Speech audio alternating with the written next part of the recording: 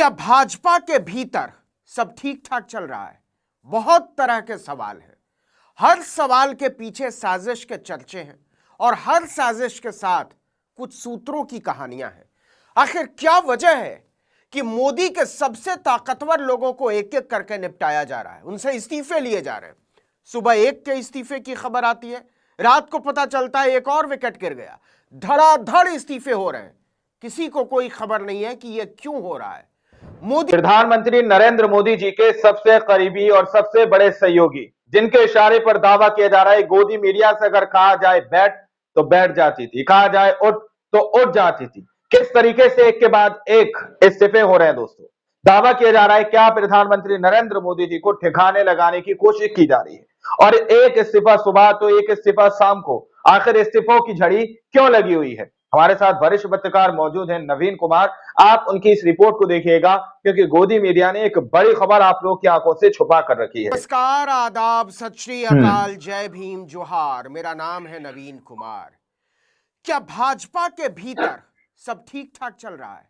बहुत तरह के सवाल हैं। हर सवाल के पीछे साजिश के चर्चे हैं और हर साजिश के साथ कुछ सूत्रों की कहानियां हैं। आखिर क्या वजह है कि मोदी के सबसे ताकतवर लोगों को एक एक करके निपटाया जा रहा है, उनसे इस्तीफे लिए जा रहे हैं। सुबह एक के इस्तीफे की खबर आती है, रात को पता चलता है एक और विकेट गिर गया। धड़ाधड़ इस्तीफे हो रहे हैं, किसी को कोई खबर नहीं है कि यह क्यों हो रहा है। मोदी ने जिन लोगों को बेपनाह ताकत दी, आखिर एक एक करके उनकी बलि क्यों ली जा रही है?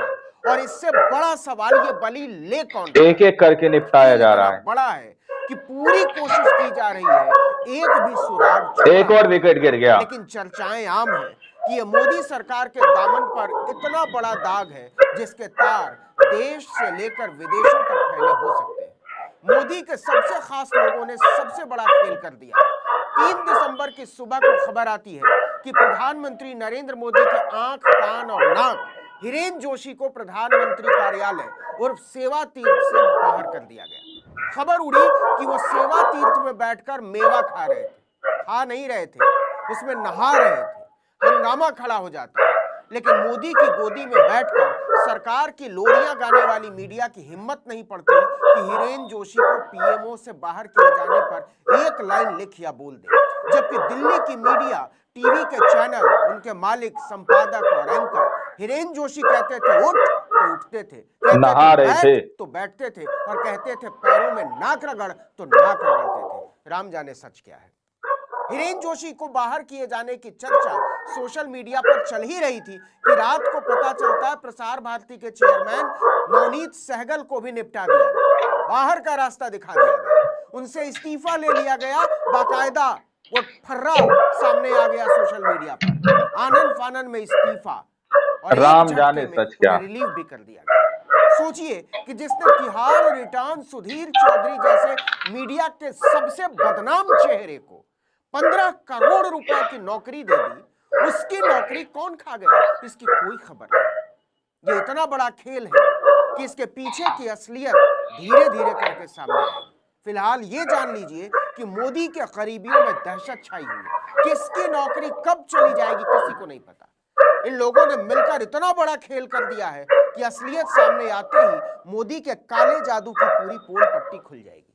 इसलिए बिल्कुल शांति से, बिना किसी शोर शराबे के, धीरे धीरे करके सबको निपटाया जा रहा है। अभी 3 हफ्ते पहले ही लॉ कमीशन के सदस्य हितेश जैन का इस्तीफा हुआ था। वकील हितेश जैन हिरेन जोशी के करीबी थे।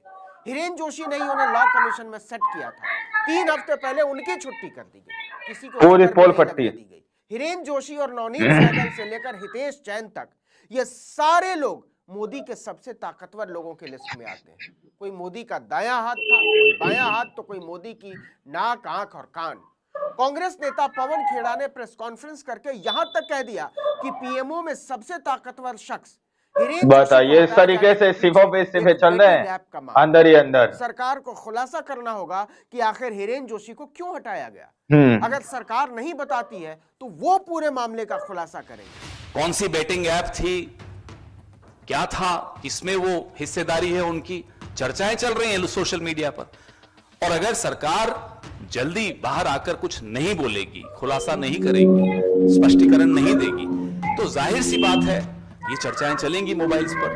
आप इसी से समझ लीजिए खेल कितना बड़ा है कि हिरेन जोशी पीएमओ में प्रधानमंत्री मोदी के कम्युनिकेशन ओएसडी थे। पूरी गोदी मीडिया इनके नाम से सवाल तो उठ रहे हैं ना बराबर। कांग्रेस के प्रवक्ताओं ने खुलेआम कहा है कि हिरेन जोशी मीडिया को अपने कंट्रोल में रखते हैं। उन्होंने एक व्हाट्सएप ग्रुप बना रखा है, ये भी कांग्रेस के लोग ही बताते हैं, जिसमें देश भर के सभी टीवी चैनलों के संपादक हैं, पत्रकार हैं, एंकर हैं, मैनेजिंग एडिटर्स हैं। हिरेन जोशी तय करते हैं कि किसी खबर पर मीडिया को क्या लाइन लेंथ लेनी है। हिरेन जोशी ये तय करते हैं कि शाम की टीवी डिबेट का टॉपिक क्या होगा। हिरेन जोशी ये बताते हैं कि क्या दिखाना है और क्या छुपाना है। इतने ताकतवर शख्स को एक झटके में पीएमओ से गायब कर दिया गया, या कहिए वो गायब हो गए और इसकी जानकारी तक नहीं दी जा रही है। 2022 में आम आदमी पार्टी ने आरोप लगाया था कि हिरेन जोशी के कहने पर गुजरात में आम आदमी पार्टी की मीडिया प्रेजेंस को कम किया गया। आम आदमी पार्टी के प्रभाव को कम करने के लिए प्राइवेट मीडिया चैनलों तक ने हिरेन जोशी के इशारे पर उनका मीडिया ब्लैकआउट किया। 2017 में फ्रंटलाइन मैगजीन ने एक सनसनीखेज रिपोर्ट छापी। लिखा कि एक बड़े अखबार के संपादक ने हिरेन जोशी के साथ मिलकर अरविंद केजरीवाल की शिकायत की। बोले कि केजरीवाल दिल्ली एनसीआर में केंद्र सरकार की ताकत को सीमित करने के प्रयास में लगे हैं। जोशी ने यह बात अमित शाह को बताई और आनन फानन में केंद्र सरकार ने रिपोर्ट मंगवा ली। इसी के बाद दिल्ली में केंद्र सरकार की दखल बढ़ा दी गई। दिल्ली के मुख्यमंत्री और एलजी के बीच की लड़ाई पूरे देश ने सड़कों पर देखी। सब हिरेन जोशी का किया धरा था। सोचिए कि हिरेन जोशी न तो राजनीतिक पृष्ठभूमि से आते हैं, न ही कोई ब्यूरोक्रेसी वाला बैकग्राउंड है, लेकिन फिर भी एक एक करके निपटाया जा रहा है। चले गए।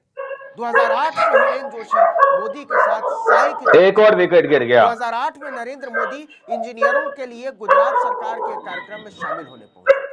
कार्यक्रम में कुछ तकनीकी खामी आ गई। उस वक्त भीलवाड़ा के एक इंजीनियरिंग कॉलेज में असिस्टेंट प्रोफेसर रहे हिरेन जोशी ने उस तकनीकी खामी को तुरंत ठीक कर दिया। मोदी उनसे प्रभावित हो गए और इतने प्रभावित हो गए कि उनको अपने साथ ही रख लिया। इंजीनियरिंग के प्रोफेसर ने मोदी का साथ पाकर इतनी तरक्की कर ली कि वो पूरे देश की मीडिया को कंट्रोल करने लगा।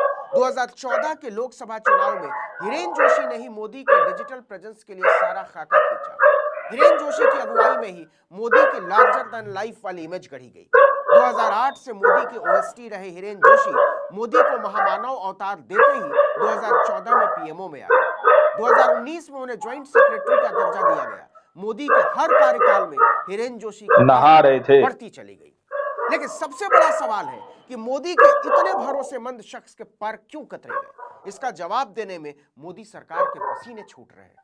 लॉ कमीशन के सदस्य हितेश चंद 3 हफ्ते पहले निपटा दिए गए। 3 दिसंबर को पीएमओ के सबसे ताकतवर शख्स हिरेन जोशी निपटा दिए गए। इसके तुरंत बाद उसी दिन रात तक प्रसार भारती के चेयरमैन नवनीत सहगल भी निपटा दिए।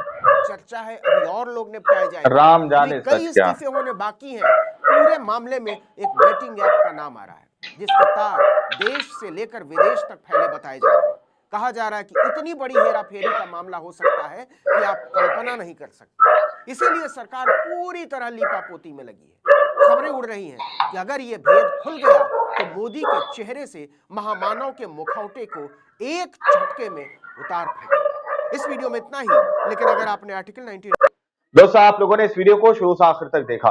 वीडियो के अंदर साफ तौर पर बात की गई है कि किस तरीके से हिरेन जोशी को लेकर सवाल खड़े किए जा रहे हैं कि आखिर किस तरीके से मामला चल रहा है। एक इस्तीफा सुबह हो रहा है, एक इस्तीफा शाम को हो रहा है। इस्तीफों की छड़ी क्यों लगी हुई है? आखिर क्यों हर एक सुराग को मिटाने की कोशिश की जा रही है? क्या ऐसा दावा किया जा रहा है विपक्ष की तरफ से? विपक्ष की तरफ से सीधे तौर पर कहा जा रहा है कि एक भी सुराग नहीं छोड़ा जाएगा। जितने भी लोग हैं सबके सब इस्तीफे देंगे, यह इस्तीफा ले लिया जाएगा। इस तरह की बात कही जा रही है। क्या प्रधानमंत्री नरेंद्र मोदी जी चारों तरफ से घिर चुके हैं? आखिर क्या कुछ खबर थी? शुरू से आखिर तक आप लोगों ने A to Z देखा सुना। अब आप लोग इस रिपोर्ट को देखने के बाद किस नतीजे पर पहुंचे हैं, अपनी राय कमेंट सेक्शन में जरूर दीजिएगा। सच्ची पक्की खबरें देखने के लिए चैनल को सब्सक्राइब कीजिए। मिलते अगली वीडियो में, जब तक के लिए जय हिंद, जय भारत।